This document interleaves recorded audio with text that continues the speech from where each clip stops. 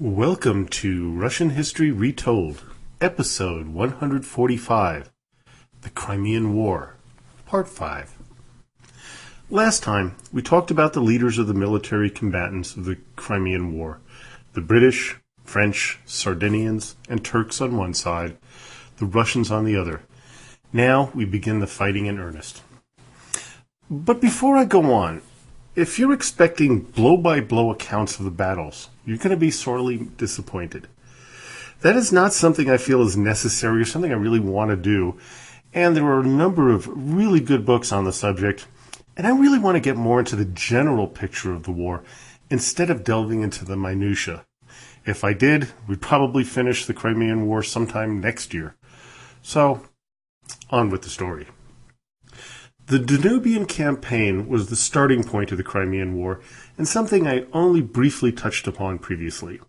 It predated the entry of the British and the French. In May of 1853, Field Marshal Paskevich and Gorchakov led 80,000 Russian soldiers across the Pruth River into Moldavia and Wallachia. This, you should remember, is the same Pruth River that in July of 1711 Peter the Great found himself surrounded by a vastly larger Ottoman Empire, and was lucky to have made it out alive. This time, the odds were just a little bit better, but not by much. The Ottomans, hearing of the troop movement, sent their forces northward, fortifying the strongholds of Vidin and Silistra, near the mouth of the Danube. This movement of large numbers of armed men made the neighboring Austrians very nervous. But there was no debate about who they were most concerned about. It was the Russians. Try as they might, diplomatic missions to Vienna failed to convince the Austrians to join with the Russians against the Turks. This is the same failed foreign policy that Nicholas I kept trying with the British. He just couldn't get it into his head why they didn't want to just carve up the collapsing Ottoman Empire. And the Austrians, my gosh, just a few years before, in 1848, the Russians helped you with the Hungarian Revolution. But the Tsar just couldn't get into his head that Russia was now seen as a far greater threat than the Turks. Many men would suffer for those misconceptions. Austria, for its part, amassed over 280,000 men near Vidin, which dissuaded Russia from advancing. Nicholas was shocked, but realized they had to be careful in not antagonizing his former ally into joining in on the war against Russia. That would have been a war they could never have won. A number of battles ensued between Russian and Turkish forces, including the siege of Silistra between April 14th and June 23rd, 1854. None of the battles were decisive, but the death toll on the Russians was in particular staggering. Of the 80,000 men who crossed the Pruth, only half of them survived, most dying of disease and not combat. Nicholas and his generals wanted to press on and incite the Orthodox inhabitants to join them in rebellion against their Turkish masters, but the populace was reticent to do it as they feared reprisals if the Russians were unsuccessful, and this had happened a number of times in history, so they were very justified. But then something happened that jolted the Russians back into reality. The British and French were in Varna, a Black Sea town in what is now Bulgaria, and they were preparing an invasion of the Crimea. On July 26, 1854, Tsar Nicholas ordered a withdrawal from the principalities after suffering a series of defeats by the troops led by Omar Pasha. The only stronghold left defended by Russian troops was in northern Dobruja, a region of what is now Romania and Bulgaria. The Austrians, of course, they came into the region as a peacekeeping force, but also as a reminder to the Russians that should they have any thoughts of returning, they'd be there to greet them. The Russians never did.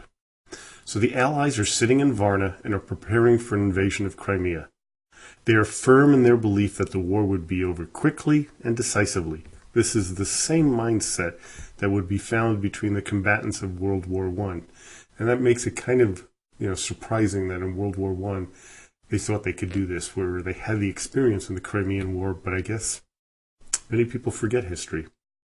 So now it's the morning of September 14th, 1854, and the invasion forces begin landing at Calamita Bay in the Crimea. At 7 a.m., the French made it first on this sunny morning. They landed 3 infantry divisions with very few horses, though, which made their landings pretty easy. The British, on the other hand, started at 9 a.m. and had a much harder time as they had a large cavalry. The horses aren't just going to jump into the water, so they had to be kind of floated in on these barges, and it was really difficult. And also, the rains began in the early afternoon, beginning with a light drizzle and then turned into a deluge. While researching the landing, I was really shocked to find out that the 27,000 men of the British Army had no tents. Lots of horses, but no shelter. Now the French, on the other hand, had almost no horses, but lots of tents. As for the Ottomans, well, they had neither. The misery must have been pretty intense. To make matters worse, the Allies forgot to bring anything to transport the sick or wounded. As one war correspondent put it based on interviews with medical officers, quote, "Do make a note of this. By, they have landed this army without any kind of hospital transport, litters or carts, or anything. Everything was ready at Varna. Now with all this cholera and diarrhea about, there are no means of taking the sick down to the boats." Yes, cholera was rampant, caused by the bacterium Vibrio cholera. It was a deadly disease whose cause was not known until the Italian anatomist Filippo Pacini isolated it, coincidentally enough, in 1854. That same year, British physician John Snow found a link between contaminated water and outbreaks of the disease. His work, though, wasn't generally accepted for another 30 years, so would be of no help to the armies of the Crimea. Now, the Russians, for their part, were acutely aware of the dangers of cholera, as an epidemic between 1847 and 1851 had killed more than 1 million countrymen. Because of this, it amazes us today that no planning for this was done before the invasion. Cholera was to be the scourge of all sides in this conflict for its duration, killing more people than the actual fighting. With the initial forces all landing, the march to Sevastopol began. Now it was some 30 miles away, and there were columns of men began to march. The generals and the men in the field of the Allied armies were convinced that before winter set in, they would take Sevastopol, and by Christmas the troops would be home. There were letters to that effect. There were cables sent to London and Paris. They were sure this was going to be quick and easy. But now, instead of rain, the French, British, and Ottoman armies were met with blistering heat. On the right, we have the French, whose men were kind of used to this kind of marching in the heat because of their recent Algerian campaigns in Africa. The British on the left were utterly miserable and began to abandon their helmets and gray coats. As Paget wrote while coming up upon the scene, quote, "This went on gradually increasing, until ere a mile or two passed, the stragglers were lying thick on the ground. And it is no exaggeration to say that the last 2 miles resembled a battlefield." As the columns slowly headed toward their destination, they encountered small bands of Cossacks sent out to scout the enemy and harass them, but not fully engage the invaders. The British and French, for their part, sent out cavalry to reconnoiter as well. They discovered that the Russians were gathering their forces nearby at the river Alma. Russian Field Marshal Menshikov, on his own initiative, decided to make a defensive stand at the Alma. He felt that holding the northern approach to Sevastopol here would offer the best position to defeat the Allies, send them scurrying back home, and he felt because he had the high ground, this was ideal for a defensive stand. Raglan and St. Arnaud, aware of the Russian positions, met at the British commander's temporary headquarters to design a battle plan. Unfortunately, St. Arnaud was beginning to show signs of being very ill. Another problem came up as the Allies had very poor maps of the area and little solid intelligence as to where the Russian troops lay in wait. The Russians, for their part, of course, because this was their land, had very good maps and good intelligence going on because of the Cossacks. The evening of September 19th, 1854, saw the men from both sides preparing for battle, with fires being lit all through the countryside. As Captain Chodorowicz of the Russian army describes the scene, quote, "As it became dark, we could see plainly enough the enemy's fires on the river Boldanak. I lay down in my hut of branches and tried to sleep, but in vain, notwithstanding the fatigue of the previous day. I rose about 3 o'clock. It was still dark. The soldiers were collected around the huge fires they had kindled with the plunder of the village of Bourlioc, and orders had been given to burn all the huts of the branches, which had added to the number of fires. After a short time, I went up the hill to take a peep at the bivouac of the Allied armies. Little, however, was to be seen but the fires, and now and then a dark shadow as someone moved past them. All was still, and had little appearance of the coming strife. These were both armies lying, as it were, side by side. How many, or who, would be sent to their last account? It would be impossible to say. The question involuntarily thrust upon me. Should I be one of that number? As I mentioned earlier, I won't be going into the details of the Battle of Alma, but I'm going to be pointing out some important facts and events within it. Suffice it to say, it was a rout by the Allies, with the Russians giving up the high grounds because Menshikov didn't think they could climb the high walls to his flank. Here are some other reasons, and some really important ones, why the Russians had to make a hasty retreat. And one of the main items that was likely the tipping point in favor of the Allies in the battle, and that is the Minie Ball. Designed by French Army Captains Montgomery and Henri Gustave d'Alvange in 1848, it was to play crucial roles in both the American Civil War and the Crimean War. It was a conical, cylindrical, soft lead bullet with exterior grease-filled grooves that greatly increased the accuracy and range of the riflemen using it. The Russians, who did not have the Minie Ball, had to wait until their target was around 300 paces away to fire, while the British and the French could fire accurately at the astonishing distance of 1,200 paces. You just cannot underestimate the advantage this gave the Allies. One real big problem the Russians had was Field Marshal Menshikov. He acted like his army was an independent fiefdom, as Royal puts it. He didn't talk to any of the military people in St. Petersburg or Warsaw, and he sent direct orders down the command line with no discussions.